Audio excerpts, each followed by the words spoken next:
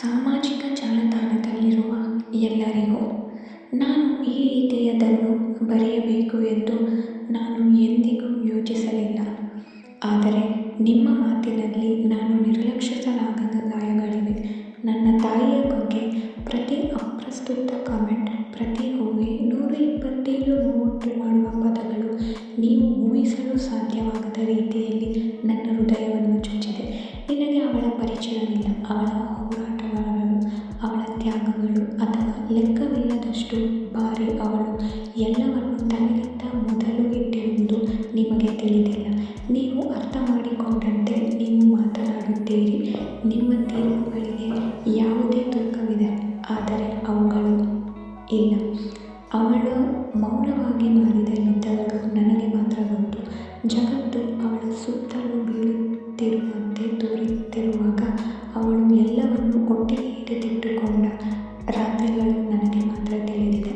ನನ್ನ ತಾಯಿ ನನ್ನ ಜಗತ್ತು, ನನ್ನ ಶಕ್ತಿ, ನನ್ನ ಸ್ಫೂರ್ತಿ ಮತ್ತು ಇನ್ನೂ ಹೆಚ್ಚು. ಅವರು ನನ್ನ ತಾಯಿ ಮಾತ್ರವಲ್ಲ, ನನ್ನ ತಂದೆಯೂ ಹೌದು. ಅವಳು ನನ್ನ ಜೀವನದ ಪ್ರತಿಯೊಂದು ಪಾತ್ರವನ್ನು ತುಂಬ ಪ್ರೀತಿ, ಕಾಳಜಿ ಮತ್ತು ಸ್ಥಿತಿಸ್ಥಾಪಕತ್ವದಿಂದ ತುಂಬಿದ್ದಾಳೆ. ಅವಳು ನನ್ನ ಸರ್ವಸ್ವ ಎಂದು ನಾನು ನಿಜವಾಗಿಯೂ ಹೇಳಬಲ್ಲೆ. ನನಗೆ ಅವಳು ಪ್ರೀತಿ ಮತ್ತು ತ್ಯಾಗದ ವ್ಯಾಕರಣ ನಾನು ಪದಗಳಲ್ಲಿ ಹೇಳಲು ಸಾಧ್ಯವಾಗುವುದಕ್ಕಿಂತ ಹೆಚ್ಚಿನದ್ದು ಅವಳು ಸಹಿಸಿಕೊಂಡಿದ್ದಾಳೆ. ಮತ್ತು ಇನ್ನು ಅವಳು ಅನುಗ್ರಹ, ದಯೆ ಮತ್ತು ಪ್ರೀತಿಯಿಂದ ಮುಂದುವರಿಯುತ್ತಾಳೆ. ಅವಳಿಗೆ ಗೊತ್ತಿಲ್ಲದೆ ಅವಳ ವಿರುದ್ಧ ಮಾತನಾಡುವುದು ಅನ್ಯಾಯವಲ್ಲ, ಅದು ಕ್ರೂರ. ಇನ್ನೂ ಹೆಚ್ಚು ನೋವುಂಟು ಮಾಡುವ ಸಂಗತಿ ಎಂದರೆ, ಇದೆಲ್ಲದರ ಹೊರತಾಗಿಯೂ ನಿಮ್ಮಲ್ಲಿ ಕೆಲವರು ದ್ವೇಷಪೂರಿತ ಕಮೆಂಟ್ಗಳನ್ನು ಸೇರಿಸುವುದನ್ನು ಮುಂದುವರಿಸುತ್ತೀರಿ. ನಿಮ್ಮ ಕ್ರಿಯೆಗಳು ಉಂಟಾದ ನೋವನ್ನು ನೋಡಿದ ನಂತರವೂ ನೀವು ಅವಳನ್ನು ಕೆಡವಲು ಆಯ್ಕೆ ಮಾಡಿಕೊಳ್ಳುತ್ತಿದ್ದೀರಿ. ನಾನು ಕೇವಲ ಹದಿಹರೆಯದವನೆಂದು ನಿಮಗೆ ಕಾಣಿಸುತ್ತಿಲ್ಲವೇ? ನಾನು ಇನ್ನೂ ಚಿಕ್ಕವಳಾಗಿದ್ದೇನೆ. ಇನ್ನೂ ಪ್ರಪಂಚದ ಅರ್ಥವನ್ನು ಮಾಡಲು ಪ್ರಯತ್ನಿಸುತ್ತಿದ್ದೇನೆ. ಮತ್ತು ಈ ಪದಗಳು ನಾನು ವ್ಯಕ್ತಪಡಿಸುವುದಕ್ಕಿಂತ ಹೆಚ್ಚು ನೋವುಂಟು ಮಾಡುತ್ತವೆ. ಈ ಭಾರವನ್ನು ಹೊತ್ತುಕೊಳ್ಳುವುದು, ನನ್ನ ತಾಯಿಯನ್ನು ಅನ್ಯಾಯವಾಗಿ ನಿರ್ಣಯಿಸುವುದನ್ನು ನೋಡುವುದು ಮತ್ತು ಅದನ್ನು ತಡೆಯಲು ಶಕ್ತಿಹೀನತೆ ಅನುಭವಿಸುವುದು ಅಗಾಧವಾಗಿದೆ.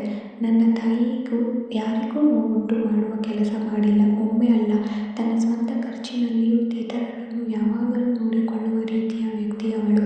ಮತ್ತು ಇನ್ನು ಇಲ್ಲಿ ನಾನು ಯಾವುದೇ ಹಕ್ಕಿಲ್ಲದ, ತಿಳುವಳಿಕೆ ಇಲ್ಲದ, ಹೃದಯವಿಲ್ಲದ ಜನರು ಅವಳ ಹೆಸರನ್ನು ಕೆಸರಿನ ಮೂಲಕ ಎಳೆಯುವುದನ್ನು ನೋಡುತ್ತಿದ್ದೇನೆ. ಇದು ನೋವುಂಟು ಮಾಡುತ್ತದೆ. ಇದು ನಿಜವಾಗಿಯೂ ಮಾಡುತ್ತದೆ. ಆದರೆ ಅವಳು ಇದಕ್ಕೆ ಅರ್ಹಳಲ್ಲ ಎಂದು ತಿಳಿದುಕೊಳ್ಳುವುದು ಹೆಚ್ಚು ನೋವುಂಟು ಮಾಡುತ್ತದೆ. ನನ್ನ ತಾಯಿ ನನಗೆ ತಿಳಿದಿರುವ ಅತ್ಯುತ್ತಮ ವ್ಯಕ್ತಿ ಮತ್ತು ನಾನು ಅವಳ ಪರವಾಗಿ ನಿಲ್ಲುತ್ತೇನೆ. ಅವಳು ನನ್ನ ರಕ್ಷಕ, ನನ್ನ ಮಾರ್ಗದರ್ಶಿ ಮತ್ತು ನನ್ನ ಬೇಷರತ್ತಾದ ಪ್ರೀತಿಯ ಮೂಲವಾಗಿದ್ದಾಳೆ. ದಯವಿಟ್ಟು ಮಾತನಾಡುವ ಮುನ್ನ ಯೋಚಿಸಿ. ಪದಗಳು ನೀವು ತಿಳಿದುಕೊಳ್ಳುವುದಕ್ಕಿಂತ ಹೆಚ್ಚು ನೋಯಿಸಬಹುದು. ನಿಮ್ಮ